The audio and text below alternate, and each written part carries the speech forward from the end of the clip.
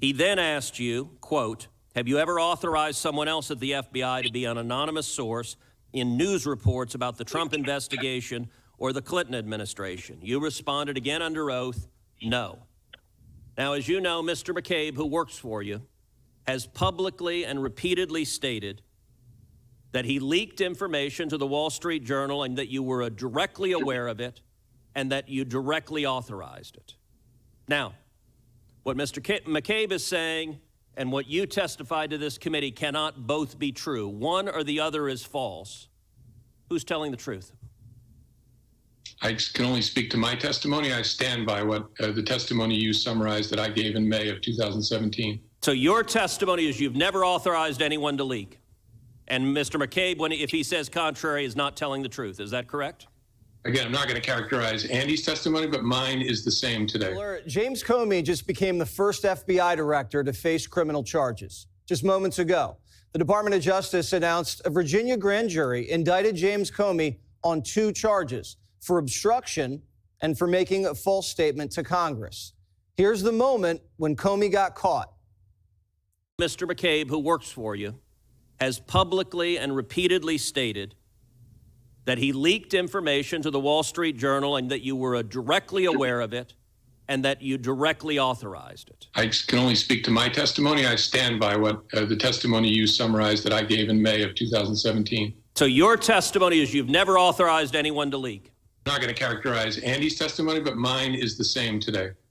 No one's above the law, and lying to Congress is a crime. And now he's facing up to 5 years in prison.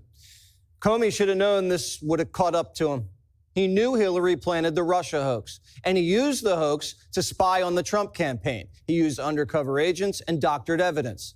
After Trump won, Comey tried to take him down from the inside, but got caught. He's accused of authorizing his dirty number 2, Andy McCabe, to leak to the press.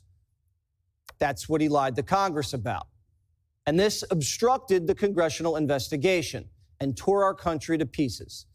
Now, after he got fired, he confessed to leaking documents to a reporter to trigger a special counsel in order to impeach Trump. Did you show copies of your memos to anyone outside of the Department of Justice? Yes. And to whom did you show copies? I asked, President tweeted on Friday after I got fired that I better hope there's not tapes. I woke up in the middle of the night on Monday night, because it didn't dawn on me originally, that there might be corroboration for our conversation. There might be a tape. And my judgment was I needed to get that out into the public square. And so I asked a friend of mine to share the content of the memo with a reporter. Didn't do it myself for a variety of reasons, but I asked him to because I thought that might prompt the appointment of a special counsel. And so I asked a close friend of mine to do it. Comey was sniffed out staging a coup and framing the president as a traitor, a Russian operative, then leaking and lying to Congress about his operations. These are actual crimes. Remember, they had to make up crimes to charge Trump. 34 felony counts, charges for a crime that have never been brought before in the history of our country. This isn't revenge, it's accountability. Biden gave Merrick Garland the green light to indict Trump, and they indicted dozens of high-ranking Republican officials and hundreds of Republican activists. They put a lot of people in prison. They censured us. They debanked us. They spied on parents. So this is nothing. So far, the Trump DOJ has indicted 2 Republicans, John Bolton and James Comey. This comes as I'm told by sources tonight that James Comey is expected to surrender tomorrow morning. We'll be watching, obviously, that appearance very closely. But the former director of the FBI has already made quite clear tonight that he's prepared to fight these charges. My family and I have known for years that there are costs to standing up to Donald Trump.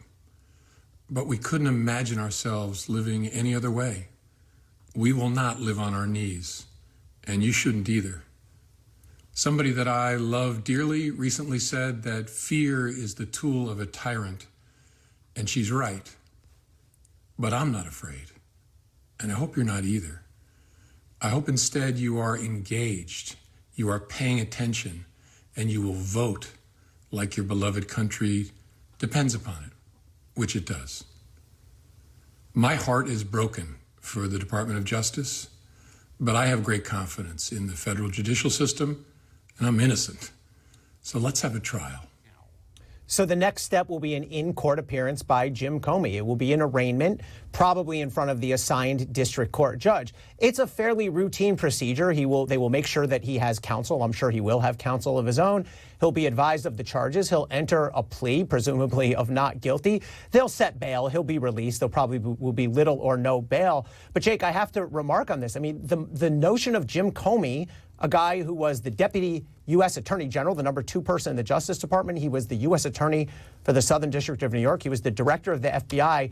Having to sit at the criminal defendants table is a remarkable moment. I don't mean that in a positive or negative way, but it's a shocking moment. I said, look, I started at the Southern District of New York months after Jim Comey left. I don't know him well. I've only met him a couple times, but he was revered within the Justice Department when I was there. I mean, he was seen as a giant, as somebody who had had an exemplary career. Now, he did things later that were more controversial around the 2016 election, but I'm sure it's going to be a shocking, humbling moment for Jim Comey to have to sit at that criminal defendants table in a federal courtroom. Former FBI director indicted in the Eastern District of Virginia.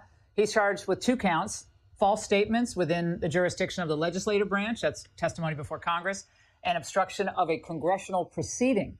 The indictment states, and it's only 2 pages long, that Comey willfully and knowingly, that's the intent standard, made a materially false, fictitious, and fraudulent statement in a matter within the jurisdiction of the legislative branch of the government of the United States by falsely stating to a U.S. senator during a Senate Judiciary Committee hearing that he had not authorized someone else at the FBI to be an anonymous source in news reports. Director James Comey is now the first senior government official to face charges in one of President Trump's biggest grievances, the 2016 Russia investigation.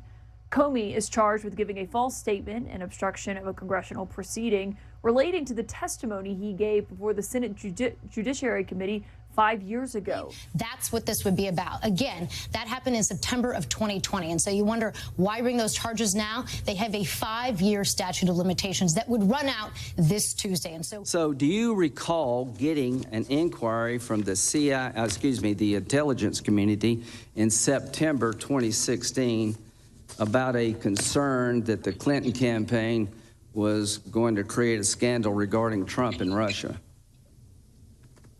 I do not. You don't remember getting a investigatory lead from the intelligence community? September the 7th, 2016, the U.S. intelligence officials forwarded an investigative referral of to FBI Director James Comey and Assistant Director of Counterintelligence Peter Strzok regarding U.S. presidential candidate Hillary Clinton's approval of a plan concerning U.S. presidential candidate Donald Trump and Russian hackers hampering U.S. elections as a means of distracting the public from her use of a private email server. You don't remember getting that or being taught? That doesn't ring bells with me. Okay. Well, that's a pretty stunning thing. It didn't ring a bell, but it did come to you. Well, there's a crushing irony here because the 2 counts involve 18 U.S.C. 1001, 18 U.S.C. 1505. The first one is the very same crime that Comey made against Michael Flynn. And Comey gave speeches delighting crowds and explaining how what he did with Flynn wasn't exactly copacetic, that he just sent a couple of guys over and basically tricked him. And ultimately, they charged him on what many of us thought was a pretty thin indictment. So there is that irony. These 2 counts are mirror images, it appears, that they are alleging that the false statements also constituted the obstruction. But there is the interesting aspect to this is that, as you know, Laura, it's very, very hard to make out perjury cases against particularly sophisticated players like James Comey. This is a little different because they're just focusing on one statement, and that is, did you get someone else to leak information? That's true or false. And his aide and close associate, McCabe, said that he did order him or authorize him to make such a leak. We also know that Comey later admitted that he called a friend, which I'm presuming is Columbia professor Daniel Richman, to get information to the New York Times and to the media after he was fired. So this is a rather murky situation for Comey.